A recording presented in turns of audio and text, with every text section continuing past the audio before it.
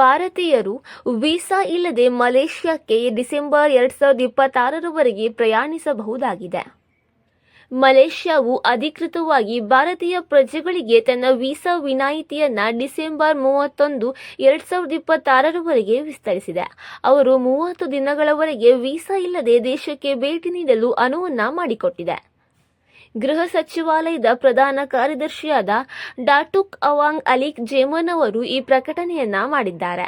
ಅವರು ವಿಸ್ತರಣೆಯು ಮಲೇಷ್ಯಾದ 2025ರ ಆಸಿಯಾನ್ ಅಧ್ಯಕ್ಷ ಸ್ಥಾನ ಮತ್ತು ಮಲೇಷ್ಯಾ ವರ್ಷ 2026ರ ಭೇಟಿಯ ಸಿದ್ಧತೆಗಳೊಂದಿಗೆ ಹೊಂದಿಕೆಯಾಗುತ್ತದೆ ಎಂದು ಹೇಳಿದರು. ಆರಂಭದಲ್ಲಿ 2023ರಲ್ಲಿ ಪರಿಚಯಿಸಲಾದ ವೀಸಾ ಉದಾರೀಕರಣ ಯೋಜನೆಯು ಪ್ರವಾಸೋದ್ಯಮವನ್ನು ಹೆಚ್ಚಿಸಲು ಮತ್ತು ಆರ್ಥಿಕ ಬೆಳವಣಿಗೆಯನ್ನು ಉತ್ತೇಜಿಸುವ ಗುರಿಯನ್ನು ಹೊಂದಿದೆ. ಚೀನಾದ ಪ್ರಜೆಗಳಿಗೂ ಇದೇ ರೀತಿಯ ವಿನಾಯಿತಿಯನ್ನು ನೀಡಲಾಗಿದೆ. ಪ್ರಮುಖ ಮಾರುಕಟ್ಟೆಗಳಿಂದ ಹೆಚ್ಚಿನ ಸಂದರ್ಶಕರನ್ನು ಆಕರ್ಷಿಸಲು ಮಲೇಷ್ಯಾದ ಬದ್ಧತೆಯನ್ನು ಸೂಚಿಸುತ್ತದೆ.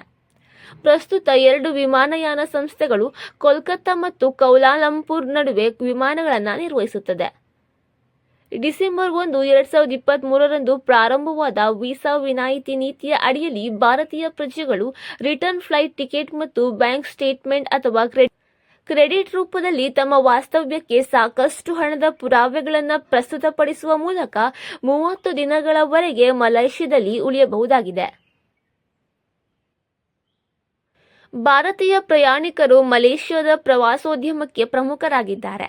ಸಾಂಕ್ರಾಮಿಕ ರೋಗಕ್ಕೆ ಮುಂಚಿತವಾಗಿ 2019ರಲ್ಲಿ ಭಾರತದಿಂದ ಮಲೇಷ್ಯಾಕ್ಕೆ 735,000ಕ್ಕೂ ಹೆಚ್ಚಿನ ಪ್ರಯಾಣಿಕರು ಭೇಟಿಯನ್ನ ನೀಡಿದ್ದಾರೆ. ವೀಸಾ ವಿನಾಯಿತಿಯ ಪರಿಚಯದ ನಂತರ ಮಲೇಷ್ಯಾವು ಭಾರತೀಯ ಪ್ರವಾಸಿಗರಲ್ಲಿ ಗಮನಾರ್ಹ ಏರಿಕೆಯನ್ನ ಕಂಡಿತು.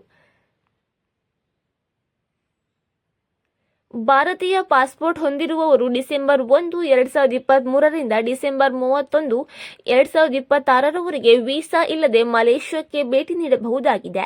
ಈ ವೀಸಾ ಮುಕ್ತ ಪ್ರವೇಶವು ಪ್ರತಿ ಭೇಟಿಗೆ 30 ದಿನಗಳವರೆಗೆ ಉಳಿಯಲು ಅನುಮತಿಸುತ್ತದೆ. ಆದರೆ ಮಲೇಷ್ಯಾವನ್ನು ಪ್ರವೇಶಿಸಲು ಭಾರತೀಯ ಪಾಸ್ಪೋರ್ಟ್ ಹೊಂದಿರುವುದು ಕಡ್ಡಾಯವಾಗಿದೆ.